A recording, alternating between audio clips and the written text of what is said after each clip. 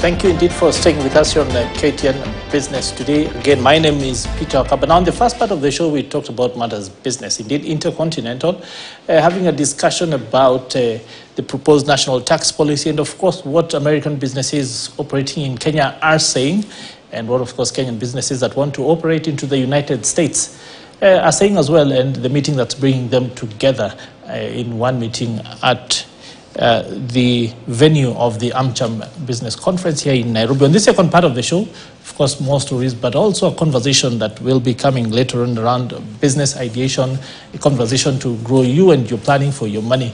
But before that, a cross-border story where the Kenya-Zimbabwe Joint Permanent Commission for Cooperation has come to an end, with both countries reaffirming their commitment to building strong partnerships and realizing a bright future for all. Now, the meeting held in Harare was attended by a delegation from Kenya, led by the Prime Cabinet Secretary and Cabinet Secretary for Foreign and Diaspora Affairs, that's Musalia Mudavadi, and a delegation from Zimbabwe led by the Minister for Foreign Affairs and International Trade, His Excellency Frederick Shavan. Take a look. Discussions over the last few days have revolved around our ongoing cooperation in areas such as security, trade and investment, agriculture, education, health, tourism, capacity development, transport, and other sectors. I am encouraged by the progress we have made during this session in exploring new areas of cooperation such as science, technology and innovation, maritime and blue economy, energy, water and irrigation, urban development, among others. Of course, an interesting conversation right there about cross-border trade and cooperation. Now, we want to get into the conversation aspects of this show today, and with me in studio to discuss, well, business and how you can, of course, strengthen that conversation, indeed get mentorship, and look into the different aspects of growing your business, not just at idea stage, but later on when you now start to encounter things like having to get into the HR perspective, planning for your money, and even employment and that sort of thing. With me in studio, three different guests. Keith Oleng is the content strategist at JEX, but also the brains behind this operation, I gather. And Shiro Keiro is the CEO of PS Audiovisual Kenya, and Edna Kareri, who's from ISEC. We want to get into a conversation right away, and I want to start off with you, Keith. Yes. And the challenge for most people trying to get into business is where to start off, and indeed how to turn your idea into a business. And then next, the question of capital. Yes. Why does this seem to always be the case? Yeah, you're right that there is a knowledge gap persistently when it comes to how to get ahead in one's career financially. Yes. I think it's maybe a case of maybe not having enough avenues or people who can come and hold your hand, yes, especially as a young person. I can say also sometimes people are feeling intimidated on the subject of like financial literacy. It's a bit technical for some. Some people just want to be able to explore their passions, but you see, without giving that deep thought on the financial foundation that one needs to be able to, build their dreams upon.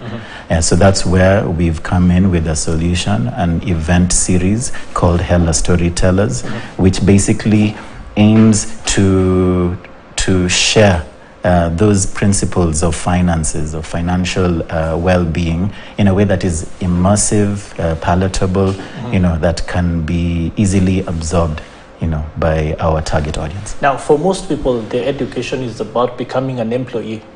Rarely do you get skills beyond just planning how to use your salary and maybe a bit of savings. Why is it important to go beyond that? Yes, actually, the scope goes even slightly beyond helping you to become a good employee. It's also about being able to be a good entrepreneur. That's why you can see we've done 3 editions of the event series.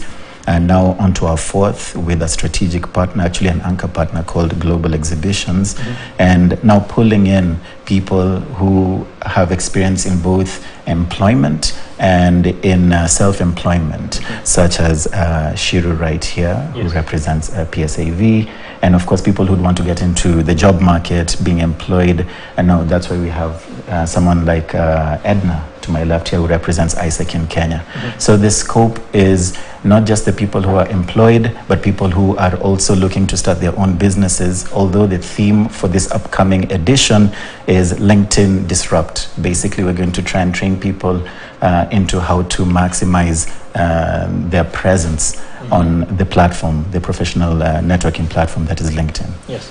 So I want to bring you in, Shiro, and the question then is, as an entrepreneur who's, so to say, doing fairly well in your field, and the need to then mentor others. So where did you start? What sort of challenges have you faced? Why do you think a conversation like this would be useful?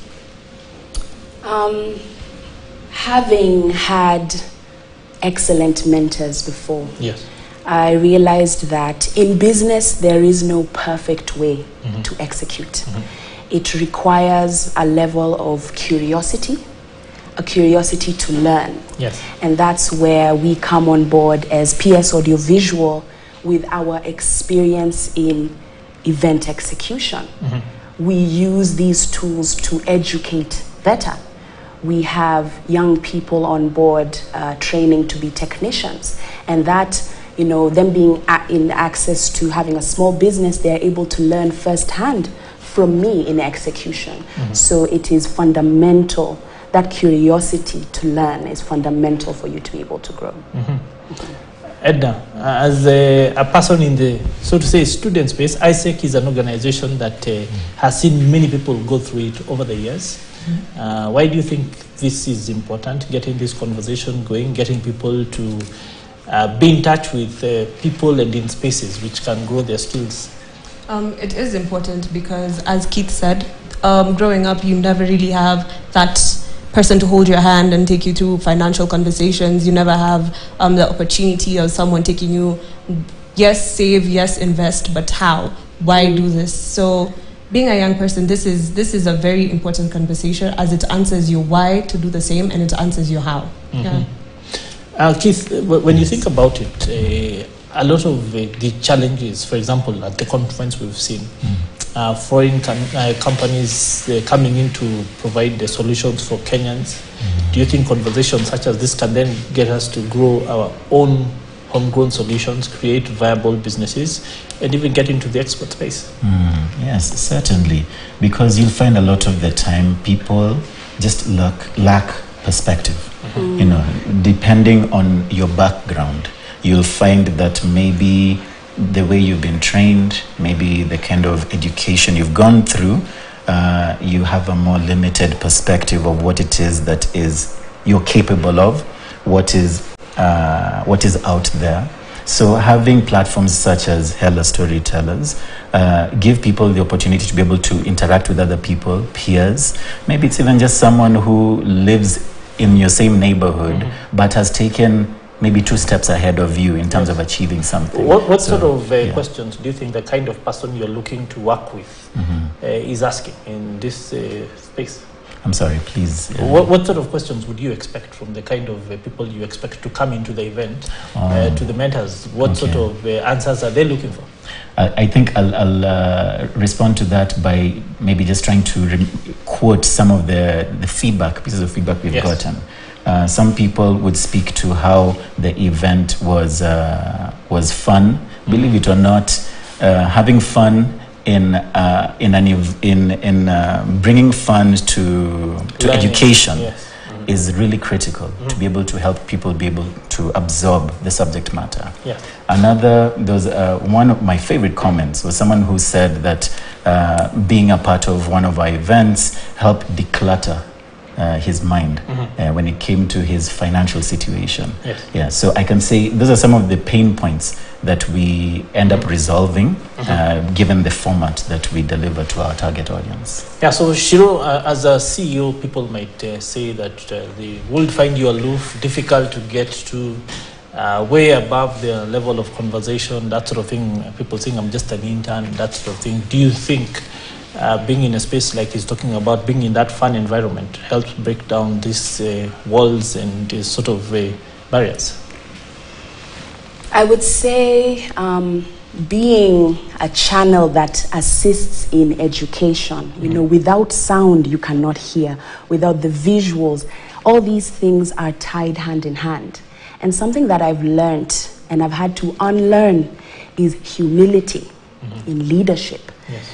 Everyone has something that they can teach you about. Everyone has something that you can grow into. So even in the business, you know, that we have put together, and even on coming on board, we felt an alignment in terms of our values, our value to demystify all these complicated terms of literacy. Literacy just means understanding. So as long as we're able to break down that understanding for anyone at any age, that's the point at which you'll be able to, you know, open up for more people to be able to understand and get to know how to grow their own financial literacy. Yes. When you talk about ISEC and this kind of conversation, are there any success stories that you can point out to over the past that you can say that we've seen this kind of person pass through our hands, through our organization? This is the benefits that accrue from being part of this kind of conversations? Yes, there is actually a vast network of alumni.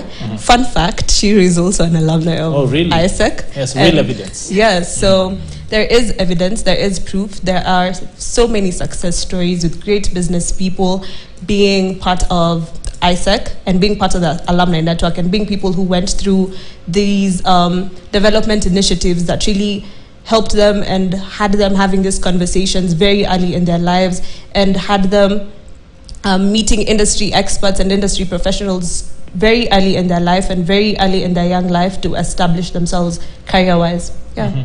So then do you think that learning to have to give back through being a mentor, through participating in creating learning and space for others, then bears fruit? Because maybe that's lacking in this entire economy.